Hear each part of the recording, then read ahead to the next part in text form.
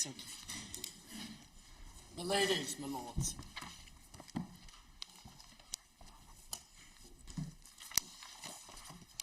the issue was non-justiciable because it was political.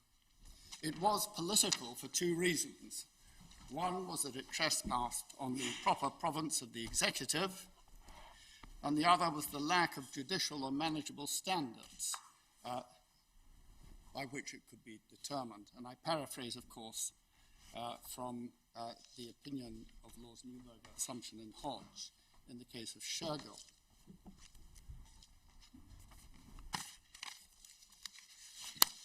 Much reference has been made to constitutional principle. Constitutional principle may embrace legal rules, but it may also embrace convention. Convention that is not amenable to enforcement in a court of law. And an example of that was seen in Miller 1 in reference to the Sewell Convention, which was expressed in statutory form, but nevertheless remained a convention for all that. In order to proceed under the heading of constitutional principle, there has to be an element of legal content. And if you take the example that was cited by my learned friend Mr. Fordham of the Unison case, there one could clearly identify the legal right of access to justice and therefore rely upon that in order to determine the declaration of a right and the enforcement of a right. Here we have reference to what is termed parliamentary accountability. But what legal content does that concept actually embrace, as distinct from its practical and factual content? Ultimately, what this court is being invited to do is to control the length of the prorogation of Parliament as exercised under the prerogative. The length of each session of Parliament and the frequency between sessions is regulated by constitutional convention and not by the law. And of course, that was not always the case, because very early on, Parliament enacted the Triennial Act, which determined that Parliament could not be prorogued within 50 days of it having been summoned.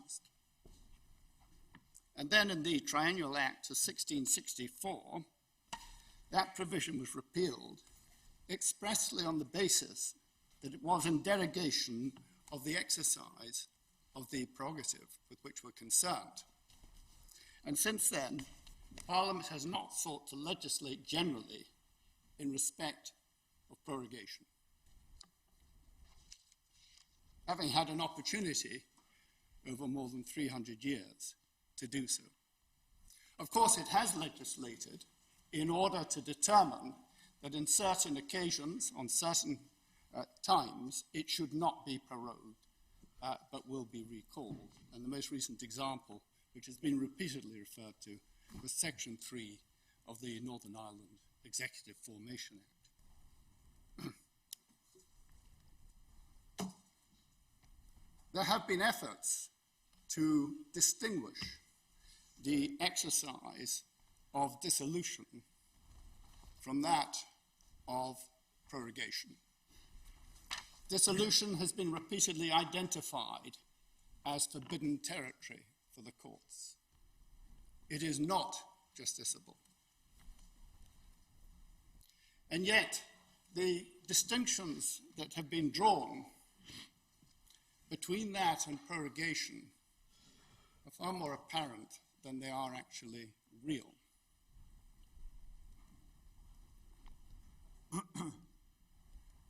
In respect of dissolution, of course, Parliament cannot be recalled, and there will ultimately be an election. Following that election, of course, it's provided by the Act of 1694 that Parliament might not be summoned for a period of up to 3 years. Even in the period from dissolution to election, and I'll come on in a moment to look at that period, the executive would remain in place, and indeed would remain in place during the period when Parliament had not been summoned following an election. Of course, we now have a decision by Parliament to regulate dissolution by primary legislation, the Fixed Term Parliament Act. Under the terms of that Act, and the periods are quite instructive, I will suggest, the period between dissolution and an election must be 25 working days or 35 calendar days.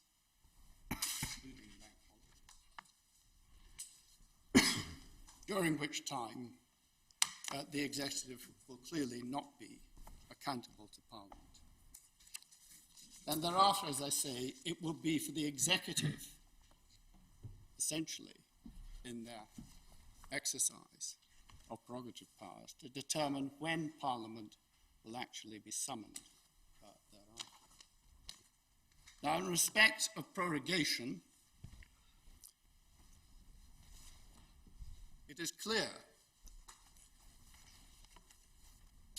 that political purposes may very well prevail over any formal purpose or requirement for prorogation of Parliament.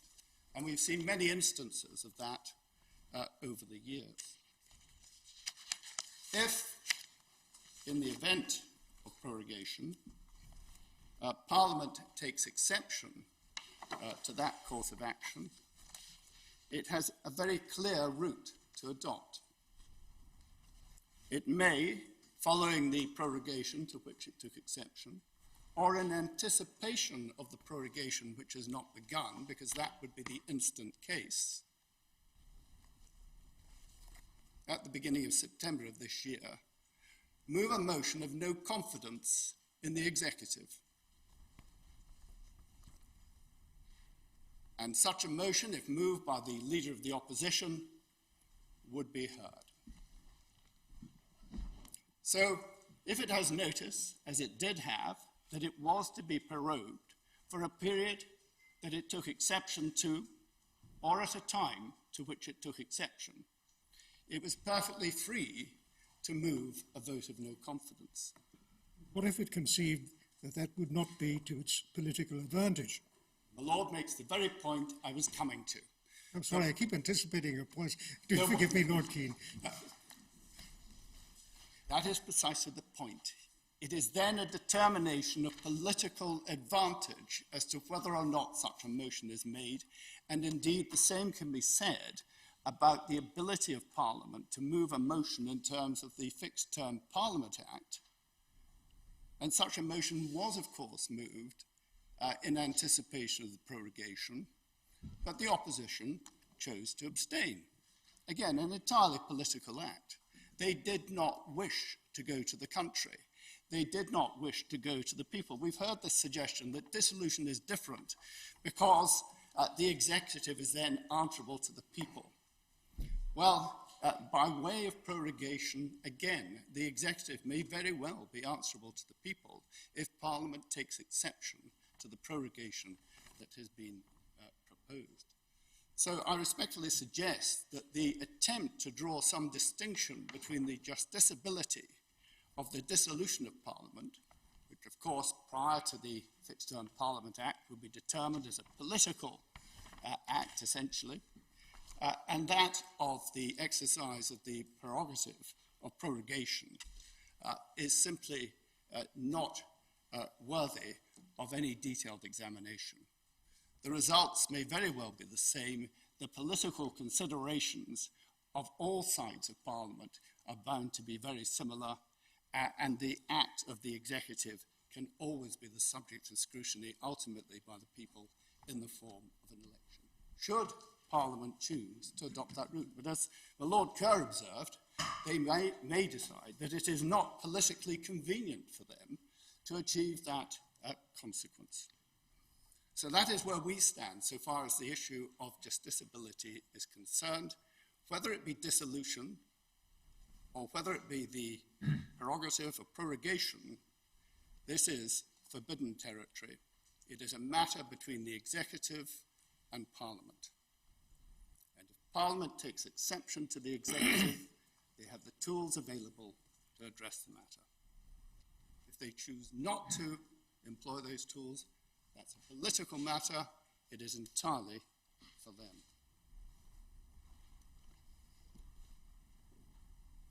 And I just add this one further point. How, in the context of that political minefield, is the court to opine on the issue of purpose or improper purpose, or legitimate political purpose or illegitimate political purpose? How are these concepts to be defined and applied in this context? In my respectful submission, the applicants and the petitioners are inviting the courts into forbidden territory and into what is essentially a minefield, an ill-defined minefield, that the courts are not, with the greatest of respect, properly equipped to deal with. Can I turn from there to some of the particulars of the appeal in the case of Cherry? And the first point I would wish to make is simply this, and it may have been noted by the court already. In his submissions, my learned friend Mr. O'Neill made no attempt whatsoever to respond to the criticisms that I'd made of the reasoning of the Inner House, or indeed to defend the particular and inconsistent approaches taken by the Inner House in the determination of that case. And in my submission, the reasoning, for the reasons or on the grounds I set out before, is unsustainable, and it must follow that the issues in that case are for this court to determine, which they may do properly by reference to the documents. I should also notice the suggestion from Mr. O'Neill that a concession was made in the Inner House about justiciability. I was not present in the Inner House, but I've had the opportunity to speak to both Mr. Johnston and Mr. Webster, who were present, and also to look at Mr. Webster's notes. They do not consider that any concession was made, but if it was, it is hereby withdrawn. So if I could make that clear with the permission of the court. Thank you for that clarification, Lord Keating.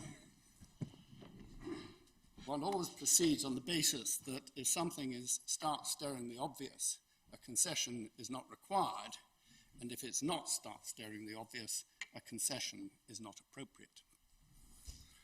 Now, furthermore, my learned friend Mr. Fordham suggested that Sir James Eadie had made a concession as to justiciability, but again I take exception to that. If Parliament has by primary legislation sought in any way to determine when or whether the prerogative of prorogation should be exercised by the executive, then of course this court is entitled to interpret and apply that primary legislation. But I suggest that gives no doorway into the general issue of justiciability of the prerogative power of prorogation. So I would seek to put that point as made by Sir James into its proper context. Turning very briefly to the issues that arise if this court now has in hand the appeal itself, I simply urge this court to do as the Lord Reid suggested yesterday, and that is to consider fairly and as a whole the documentation, the contemporaneous documentation, the authentic contemporaneous documentation that has been produced in this case. And I'm not going to go back to the comments I made about affidavits in the context of a Scottish process. I simply notice that the Lord President was perfectly satisfied that an affidavit was not in these circumstances required, and that is also consistent with the dicta of Lord Walker that the court was referred to, where he felt that if the documents spoke for themselves, then it would not be required. The language of the documents is important. I have to notice that my learned friend Mr. O'Neill used discourteous and indeed incendiary language in describing ministers, advisors, and civil servants. That language is wholly unwarranted, but it does reveal an error in his approach. If you approach the documents with a preconceived belief and mindset that they are a sham, then of course that will lead you to a particular conclusion with regard to the construction of some passages in those documents.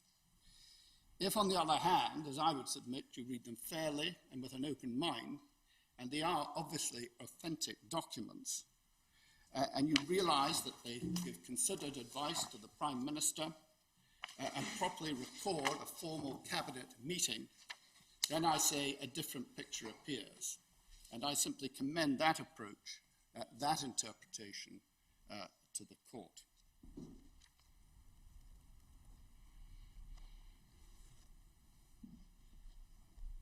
There was a complaint, of course, that somehow prorogation prevents accountability. Well, it is a fact that for a period, prorogation will affect accountability in Parliament. But it doesn't prevent accountability beyond Parliament, where again the executive will be questioned and held to account, whether by the public, the media, or indeed during a party political conference season at each of those conferences, no doubt. But prorogation no more intrudes upon the idea of accountability than would dissolution. And again, I cite the point that even under the Fixed Term Parliament Act, there will be no accountability of the executive to Parliament for a period of 35 days after dissolution. And nothing can be done in that period because Parliament could not be recalled. Whereas in respect to prorogation, there are, of course, a series of statutory mechanisms that may be employed for that purpose and according to particular circumstances. So again, if one was to fall back on the comparison with dissolution, I would suggest that in fact, prorogation is so clearly a matter that is political in nature that it falls within the forbidden territory. Now, a number of questions were raised, including by my Lord Sale, about the effectiveness of post-prorogation controls. But in a sense, the same arises with regard to dissolution. If there's dissolution and the government goes to the country and it's re-elected, it may be held account for the grounds upon which it sought to dissolve for political purposes at a particular time. So there's no greater and no lesser a degree of control. Of course, the ultimate political control, whether it be prorogation or dissolution, is the ability of Parliament to express no confidence in the government, and is the ability to take the government back to the country. And when looking at all of this, we mustn't forget that one of the primary aims of the opposition in Parliament is to replace the government. They're not just there to hold them to account, they're there to replace them. Just as the government has a political imperative to pursue its own policies, so the opposition has a political imperative to seek to pursue their policies. And that is all part of the political ground where the courts should not be. Now, in passing, and towards the end of his submissions, the learned friend Mr. O'Neill asserted that the United Kingdom could not leave the European Union without a deal unless that was authorised by further primary legislation. And that was apparently because departure would impact upon individual rights. I don't want to dwell on this point. It arose in the inner house, but not before Lord Doherty in the outer house. Our note of argument in the inner house addressed this issue at paragraph 66 to 70, which is MS 415. I should just add that Mr. O'Neill's case was directly rejected by Lord Drummond-Young at paragraph 110 of his opinion, that's MS 1245. It was rejected as a relevant challenge to prorogation by Lord Brodie in paragraph 71 of his judgment, that's at MS 1208. And the Lord President rejected that prorogation could have any effect on individual rights, that's at paragraph 59, MS 1212. So, in my respectful submission, the submissions by Malone from Mr. O'Neill do not take him to where he would wish to be, and the appeal should be sustained on the unchallenged grounds that I sought to advance in opening before the court. Now, the court will be aware that we've produced two further notes, and it's perhaps appropriate that I should make reference to these. If I could deal first of all with the note on the effect of prorogation on legislation.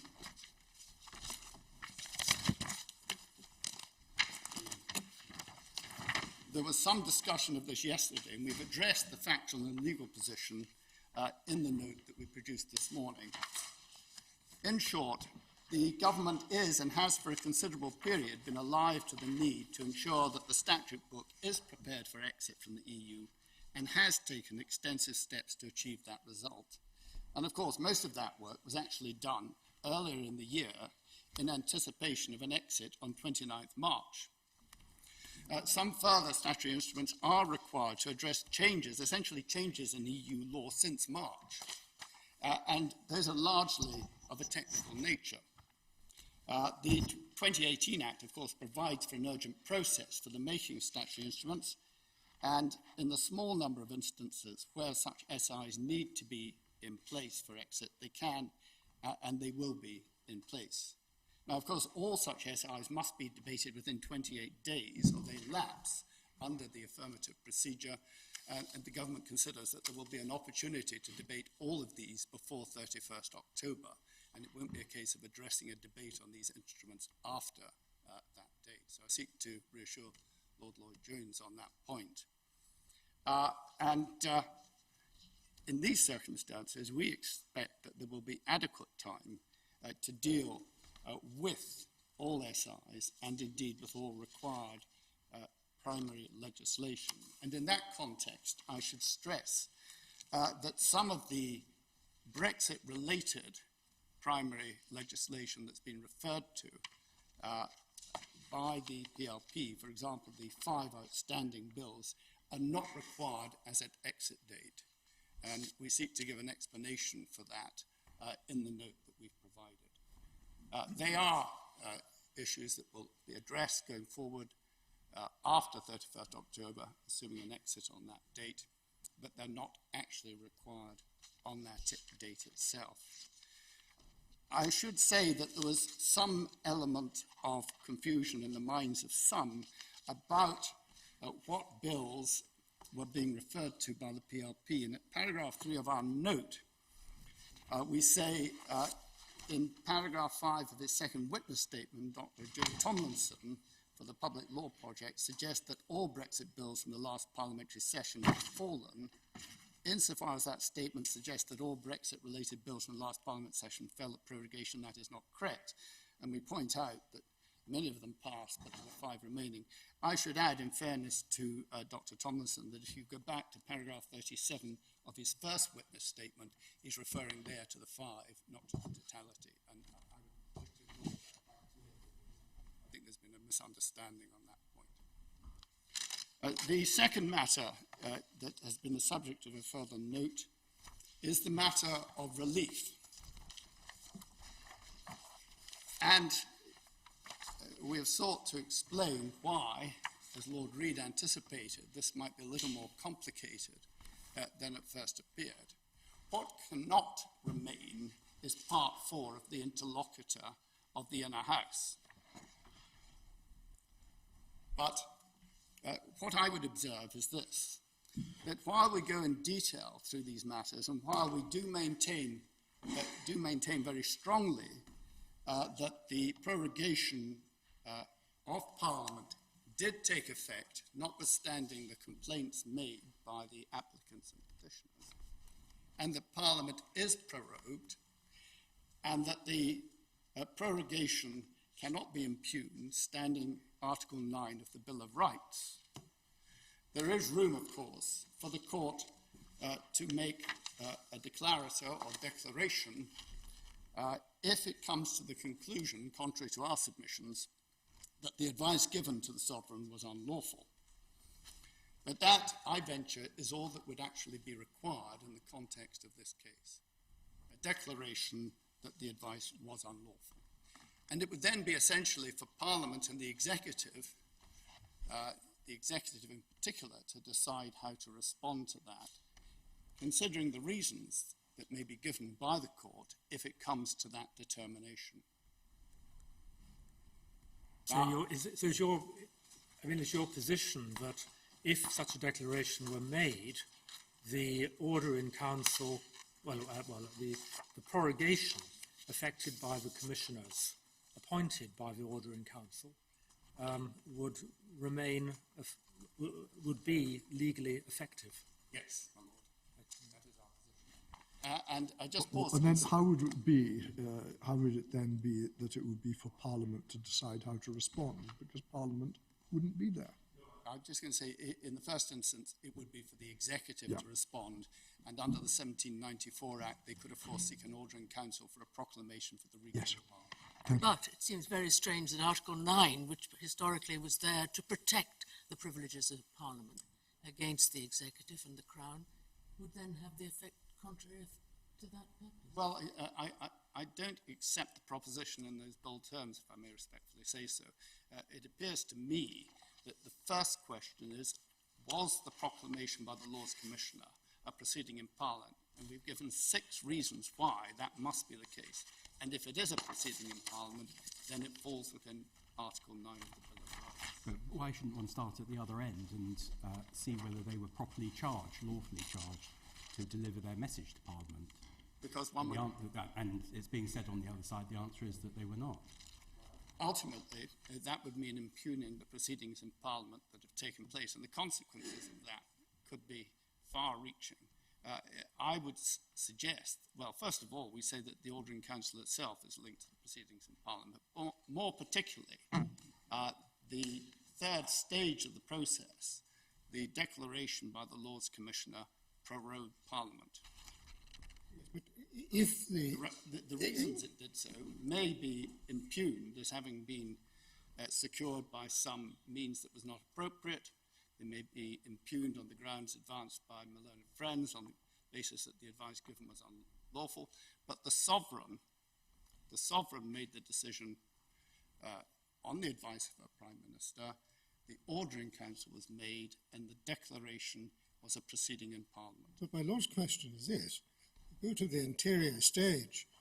If the advice given to Her Majesty the Queen was unlawful, then the relay of instructions to the Lords Commissioners, I should have thought, was also unlawful and can be impeached at that stage before they go anywhere near Parliament.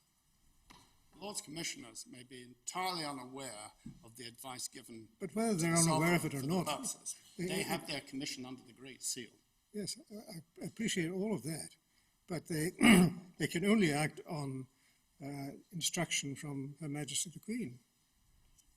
And if the advice that she has been given is unlawful, then the instruction that she gives to them to act, whether under the Great Seal or otherwise, likewise seems to me to be unlawful, is it not? If I may respond in this way.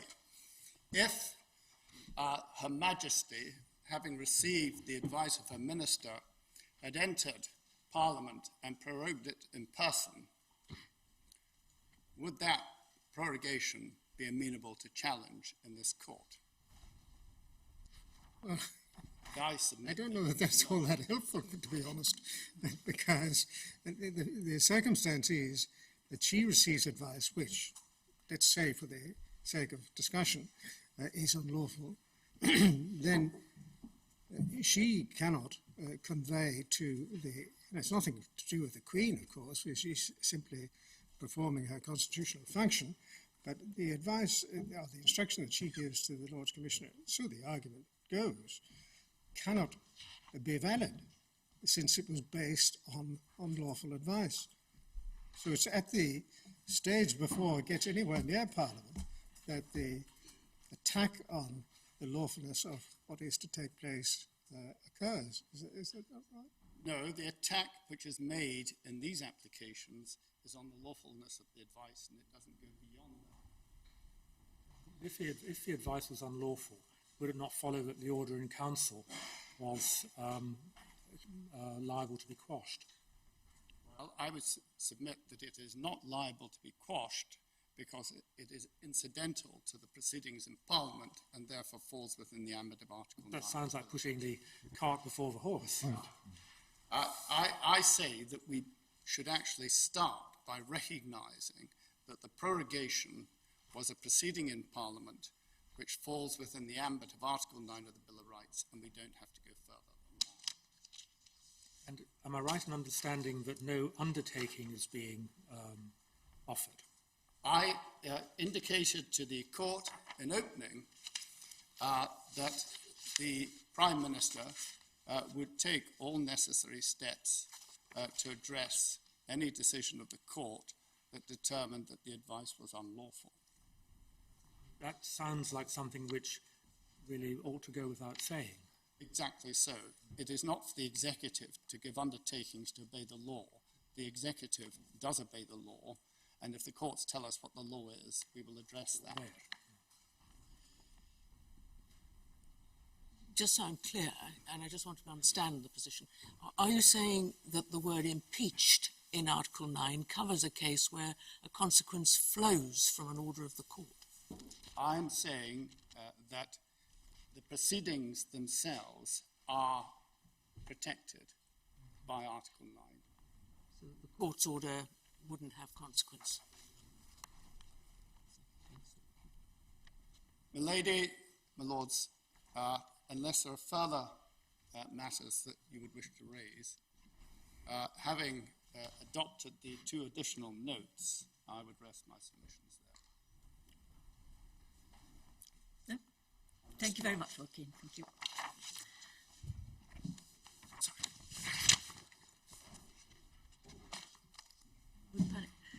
I suspect that Mr. O'Neill may be correct in saying this case is unique in having 3 members of the House of Lords addressing it. Whether that's an advantage the court may not need to pronounce upon. Or perhaps a precedent. My ladies, my lords, I gratefully adopt the submissions that the court heard this morning from the Lord Advocate, from Mr. Fordham and from Lord Garnier. The court has received comprehensive oral and written submissions over the last 3 days, and I therefore wish in my reply just to emphasise what we say with respect are the central errors in the arguments advanced by my friends Lord Keane and Sir James. And may I say something about the facts and then the law, and then can I address the remedy, as my friend Lord Keane did. Now, on the facts, we say the central issue is why was it appropriate to prorogue for 5 weeks, longer, as the court knows, than on any occasion in the past 40 years. And Lord Keane's response when this question was put to him was that the prorogation was not in substance for 5 weeks, because 3 weeks of the period would have involved the recess of Parliament for the conference season. Therefore, in truth, the prorogation is for 7, I think he said, 7 working days of Parliament. Our response is we say that does not explain, far less justify, closing Parliament for 5 of the 7.5 weeks prior to the 31st of October, having regard, of course, to the adverse effect on the ability of Parliament to perform its scrutiny functions at this critical time. Why do I say that? Well, because first, as Sir James and Lord Keane both accepted, it is Parliament, not the executive, which decides whether to have a recess for the conference period. Parliament may or may not have decided to have a 3-week recess this year when the 31st of October is fast approaching. The Prime Minister's decision took that matter out of the hands of Parliament. Secondly, even if there was a conference recess this year decided upon by Parliament, Parliament would still, during those 3 weeks, have been in session. And therefore, written parliamentary questions could have been asked and would have needed to be answered. And parliamentary committees could report and would report. The court knows that it's been a regular feature of the past few months, at least the last few months, that parliamentary committees have been reporting and reporting urgently on all aspects of the Brexit process. So some degree, an important degree of parliamentary scrutiny would still have been available. And this prorogation for 5 weeks at this time prevented any parliamentary scrutiny for that period. And the third answer to Lord Keane is the point put to him by my Lord Kerr and my Lady Black. Your Lordship and your Ladyship asked Lord Keane to explain why there was any need for a prorogation prior to the 7th of October or thereabouts. What was the reason? And there was, in my submission, no answer to that central question. Prior to which date did you say? At the 7th of October, a week or so, not precisely, but around the 7th of October. What was the need for a prorogation prior to that date, was the question put, if I understood correctly, by my Lord and by my Lady. And I say, court heard the answers, I say there was no coherent answer to that question. The documents on which Lord Keane relies in relation to this whole matter include, let us not forget, the note dated the 16th of August in the Prime Minister's own handwriting. It was read out yesterday by my friend Mr. O'Neill, and I don't ask the court to go back to it, but it's in the Miller Trial Bundle, tab 39, page 316, electronic page 379. And it's the one where the Prime Minister says the whole September session, these are his words, is no more than a rigmarole to show the public MPs earned their crust. That's what it says, and that's his words. And I'm very happy for the court to follow Lord Keane's approach that he articulated a few moments ago. Read this document fairly and with an open mind. There's no need to adopt any incendiary language, Lord Keane's criticism of my friend Mr. O'Neill. The document speaks for itself. And what does it show? It shows the Prime Minister's failure to understand that Parliament, as the sovereign body, will wish to ask questions of the executive, to debate matters, to report through its committees, possibly enact more legislation. And it will wish to do so during these September weeks concerning the negotiations, if any, with our European partners and the planning for no deal. And I was asked on Tuesday by my lady, Lady Arden, about the bills that were lost because of the prorogation from the 9th of September. And the court now has the answer, detailed answer to that question. And there's no dispute. The government's note accepts that a number of important bills have been lost. They include, incidentally, and sadly, the Courts and Tribunals Online Procedure Bill, on which, if I may say so, Lord Keane worked tirelessly and skillfully to pilot through the House of Lords. It's one of many bills that have been lost.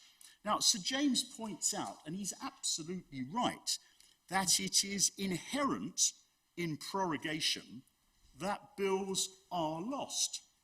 But my lady, Lady Arden's question is important because it provides a further answer to the Prime Minister's suggestion in his handwritten note that I mentioned a few moments ago, that Parliament has got no business to transact during this period. So what's all the fuss about? The bills, some of them very important bills, that were being debated, that were going through the stages of both the House of Lords and the House of Commons, demonstrate the error in the Prime Minister's analysis.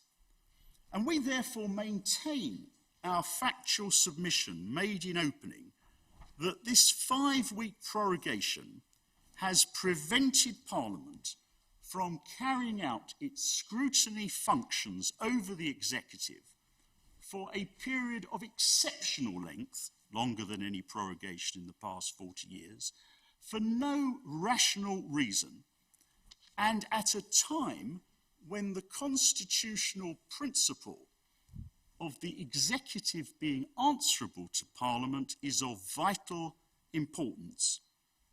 All of this conflicts, and I'm coming on to the law, with the constitutional law principle that the executive is subject to parliamentary scrutiny.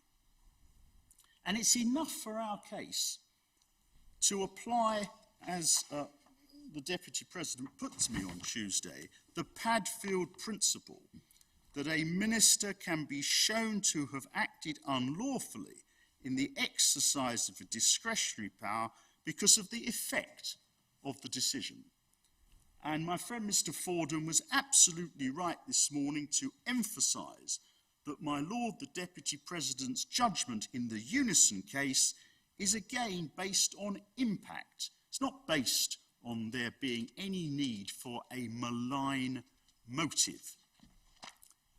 But I add, if necessary, and on my case it is not necessary, I would go further, if necessary, and invite the court to draw the inference that the length of the prorogation was motivated or at least strongly influenced by the Prime Minister's wish to prevent scrutiny by Parliament because he regarded Parliament as a threat to the successful implementation of his policies.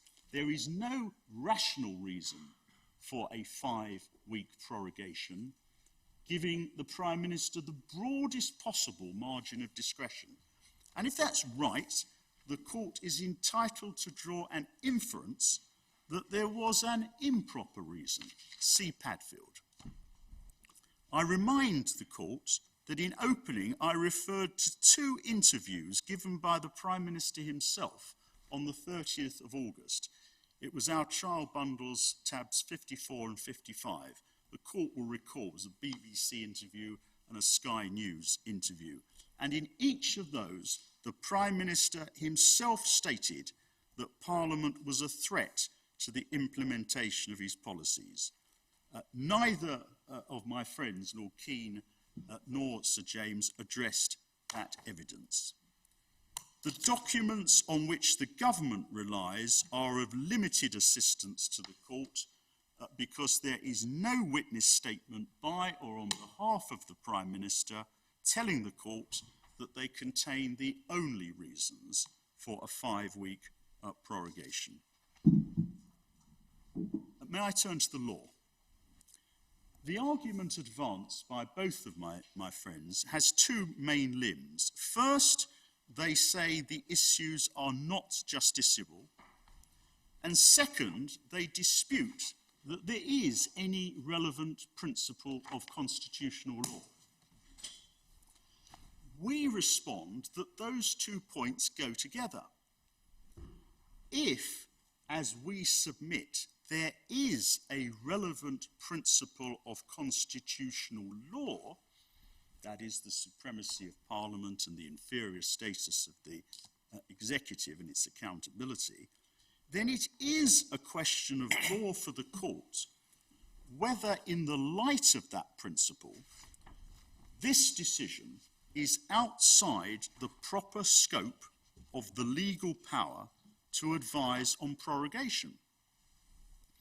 Sir James accepted, and properly so, in answer to my Lord Kerr, that it is for the court to decide the proper scope of a prerogative power. We submitted and we maintain the submission that parliamentary supremacy is a principle of our law. It is as fundamental as the rule of law and access to justice. It is not a mere convention.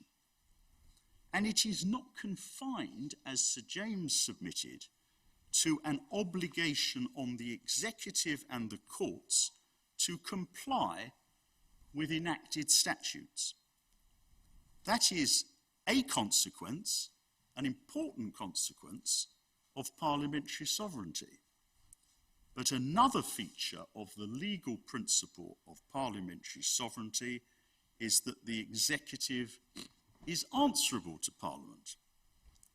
And it therefore follows, we say, that the executive, the junior partner, cannot claim a legally unfettered power to close down the senior partner for as long as the executive likes, for whatever reason it likes, and however substantial the damage to the ability of Parliament to perform its scrutiny functions. Sir James then said that for the court to intervene would breach the principle of the separation of powers. Our answer is that the court is being asked to intervene in order to uphold the separation of powers. That is to ensure that the executive cannot, by its own acts, escape from scrutiny by Parliament.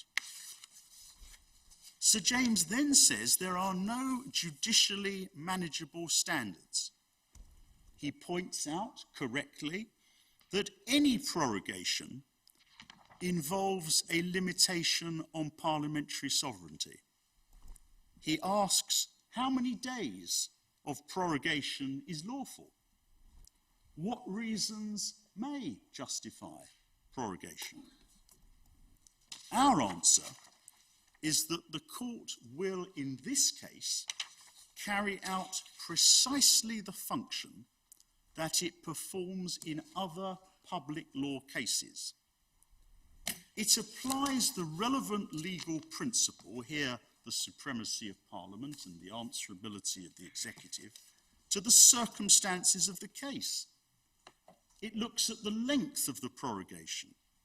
It looks at the reasons given for the length of the prorogation. It looks at the adverse impact on parliamentary scrutiny.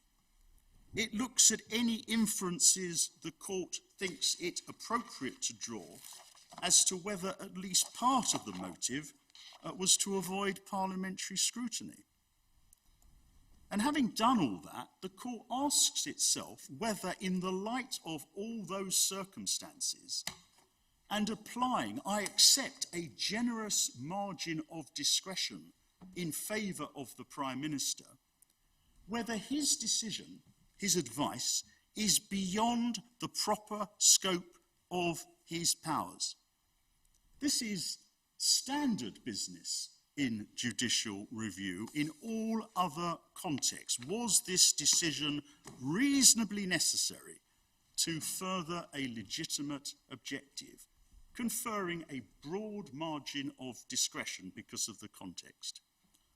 And I say it is not, with great respect, it's not the function of the court to identify all the circumstances in which prorogation would be lawful. And the court does not need to supply a bright line standard, an algorithm, to answer all circumstances. A good example of that is the judgment of my Lord the Deputy President in the Unison case. The fees charged by the Lord Chancellor to those wishing to bring proceedings in the Employment Tribunal were unlawful, and they were unlawful because of the adverse impact on the constitutional principle of access to justice. And they were unlawful even though it would be lawful for the Lord Chancellor to charge some fees. And the court was not identifying, how could it, where the dividing line would fall. Sir James then referred to various acts of Parliament, including the recent Northern Ireland Act. And I say none of them assists in this exercise because none of them can be said to involve a parliamentary intention to remove the obligation on the executive only to exercise its powers in a manner lawful under the relevant principles of our constitutional law and our judicial review. Then finally, Sir James relied on the fact that the authorities have suggested that the power to dissolve Parliament is unreviewable, and the court has expressed interest in that matter. I respectfully agree with what the Lord Advocate and Lord Garnier submitted this morning. Dissolution of Parliament serves a vital constitutional function in ensuring democratic accountability of the members of the House of Commons. But I add a further factor. Prior to the abolition of this prerogative power in 2011, it was unreviewable because it was a personal prerogative of the Crown.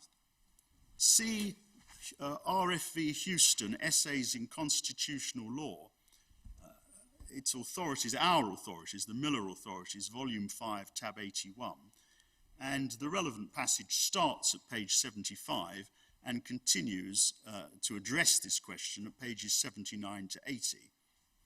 Now, my Lord Carnworth asked Sir James whether it was his submission that Her Majesty does enjoy a personal prerogative in relation to prorogation of Parliament. And Sir James was very clear in his answer. He said, "I am not making any such submission." And that answer, the court will recall, is consistent with what happened in this case. I showed the court in opening the radio interview with the President of the Council, Jacob Rees-Mogg. I think he said, "I'm not making any positive submission to that effect." But yes, I'm not making any such submission. It's no part of his case. No, I it's think no that's part of his fine. case. And it's our argument is to the contrary. And I say it is entirely understandable why Sir James did not make a positive submission that Her Majesty does enjoy a personal prerogative in relation to prorogation.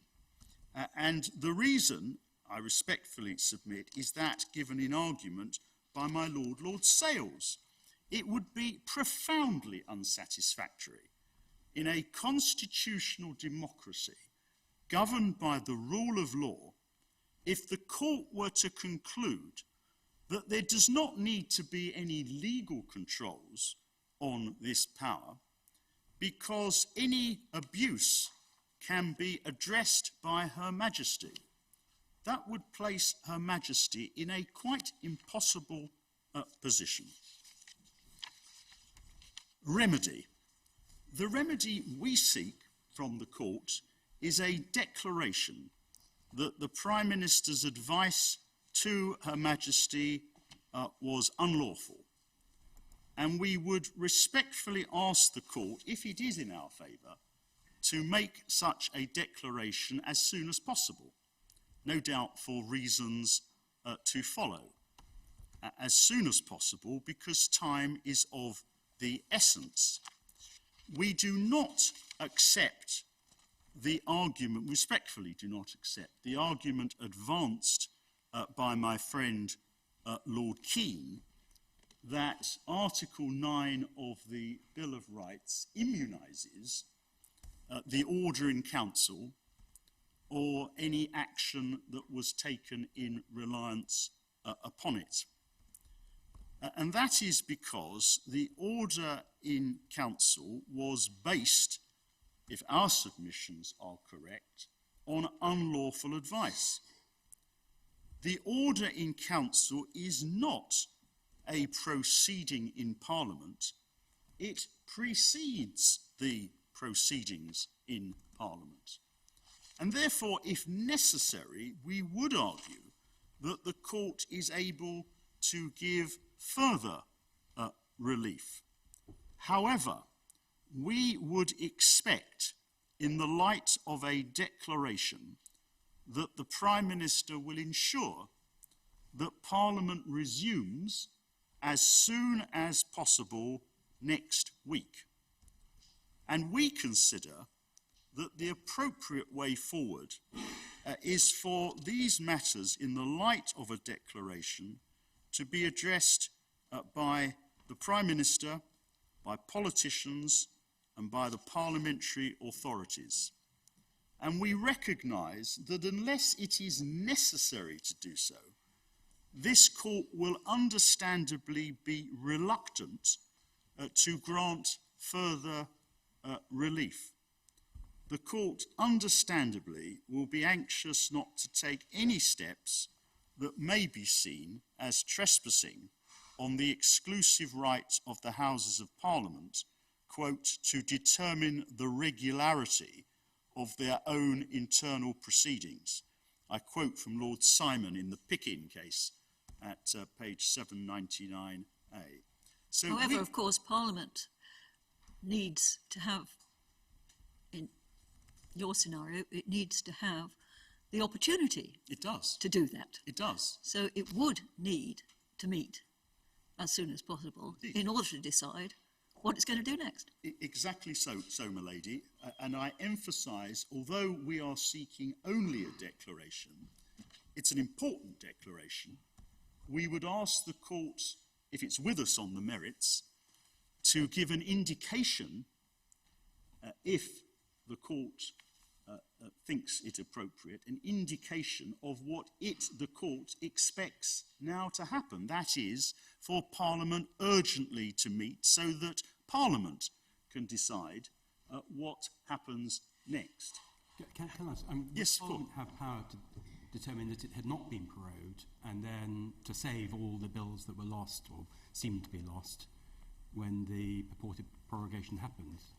In my submission, Parliament would have power to do what it thinks appropriate in this most unusual situation, and were it to decide that by reason of the prorogation having been based on unlawful advice, if the court's with us, from the Prime Minister to Her Majesty, that it would then, in the view of Parliament, to be appropriate to treat the prorogation in parliamentary terms as null and void, then that decision could not be challenged in the court, because that decision would undoubtedly be a decision that was a decision concerning the regularity of their own internal proceedings. And I am submitting that the appropriate way forward in this unusual and difficult circumstance is to let Parliament sort out the problem. But it can only do so if, first, the court grants a declaration that the advice was unlawful, and if the court great respect, thinks it appropriate to do so, encourages the Prime Minister to ensure that Parliament meets as soon as possible next week. If unhappy... Does the Prime Minister have to do anything to ensure that Parliament meets next week? Well, it may be that the Speaker of the House of Commons and the Lord Speaker in the House of Lords, if this court were to declare speedily that the advice was unlawful and that this court is not going to give any further remedy because it expects that matters will be dealt with in Parliament, that the Lord Speaker and the Speaker of the House of Commons will take action to ensure that Parliament reopens as soon as possible next week. It's a matter for them. And then Parliament can debate, and Parliament will decide exactly how it wishes to proceed. And in my submission, that is the appropriate way forward. It's not for this court, I respectfully submit, to become involved in those matters unless it really has to, unless the matter needs to be looked at further. Well, I quite understand that, but do I correctly understand your submission that if a declaration of unlawfulness in relation to the advice is given, it doesn't require any intervention by the Prime Minister? It's really a matter then for Parliament. That would be my submission. It would be a matter for the Lord Speaker, the Speaker of the House of Commons, to decide how best now to proceed. They would know, in that contingency, they would know that this court, the Supreme Court, had ruled that the Prime Minister's advice, which led to the prorogation, was unlawful. They would know, if the court were prepared so to indicate, that the basis of that declaration was that the court took the view that the parliamentary scrutiny was required for legal reasons, and no doubt politicians and others would be asking the Speaker of the House of Commons and the Lord Speaker to reassemble Parliament so that Parliament can decide as soon as possible next week how they think, how Parliament thinks it best to proceed. This court would have done its job and it would then be back to Parliament. All that could stand in the way of that would be if the Prime Minister, and I very much hope that this is unrealistic, that the Prime Minister hears of a declaration, hears of indications from the court, but says, well, I'm simply not going to take action. In those circumstances, we would submit that it would be open to the Speaker of each House to reassemble Parliament, if they so wished. He doesn't have to take action on your submission. In my submission, no. I'm just wondering about the possibility that this might lead to a further constitutional clash. The implication of Lord Keane's submissions, as I understood them, was that even if this court were to declare that the advice was unlawful, Parliament would nevertheless stand prorogued, because the prorogation, he submits, is nonetheless effective. And following that logic, Parliament could not meet again unless, I suppose, a proclamation were to be made under the 1797 Act, which would have to be initiated by the Prime Minister. My answer to that is if the court gave a declaration, and even if the court, as I'm suggesting, gave no further remedy, it would be implicit in that what followed from the advice was infected by the illegality, the unlawful nature of the advice. And if it were thought appropriate by the Lord Speaker and the Speaker of the House of Commons, notwithstanding the view of the Prime Minister, to reassemble, there could be no legal challenge to that. Parliament would be deciding how best to proceed.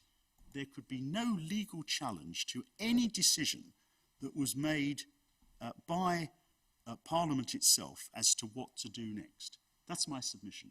I just wonder whether people don't need to have a clearer view, whatever the outcome of these proceedings are, where everyone is left. I mean, if we uphold your appeal, isn't it going to be very important, not least because of the time constraints which you've urged upon us, that it's very clear who is the person in law from whom further steps are required? Is it the Prime Minister, which it would be if Parliament is prorogued, as I understand it, or is it the Speakers, which it would be, as I understand it, if Parliament was not prorogued?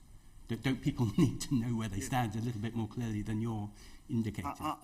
Our concern is that time is passing, and if this court is going to make a ruling on these questions, it will inevitably, we fear, take this court longer than if this court simply decides to declare illegality. Just make an assumption that whatever this court thinks the answer in substance is to these proceedings, this court will produce that answer as soon as it humanly can. Make that assumption. I'm very grateful. I've made my submissions. It's self-evidently a matter for the court how it thinks it best appropriate to proceed. My submission is governed not just by questions of time, it's also governed by the standard approach when we come to remedies, as my lord better than most knows, that the court only does what it needs to do. And it doesn't do more than it needs to do. But I take your lordship's point. It may be helpful, probably would be helpful, for the court to say as much as it can within as speedily as possible in relation to these matters. Clarity is very important, so that everybody knows where they stand.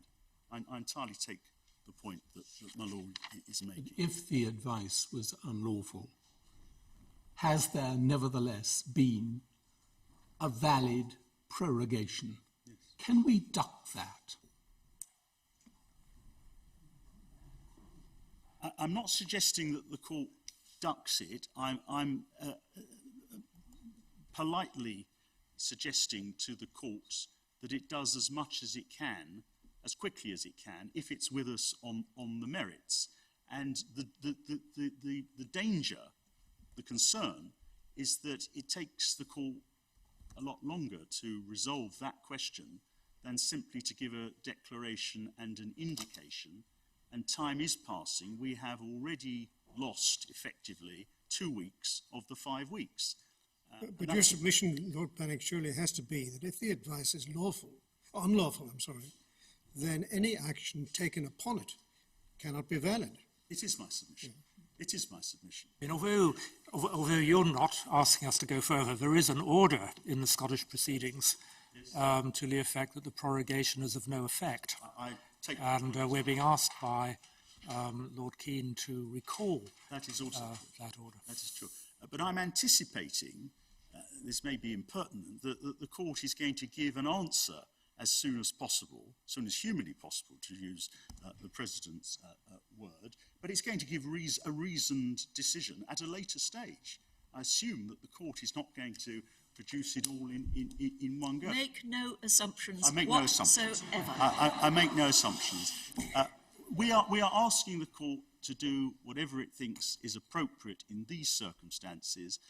I've made my submissions, but I take my Lord's Deputy President's point in relation to this, and I take the point made by Lord Sales and Lord Wilson. I may have misunderstood you, but when you talk about a declaration of unlawfulness, does that extend only to the advice or also to the standing of the order in council?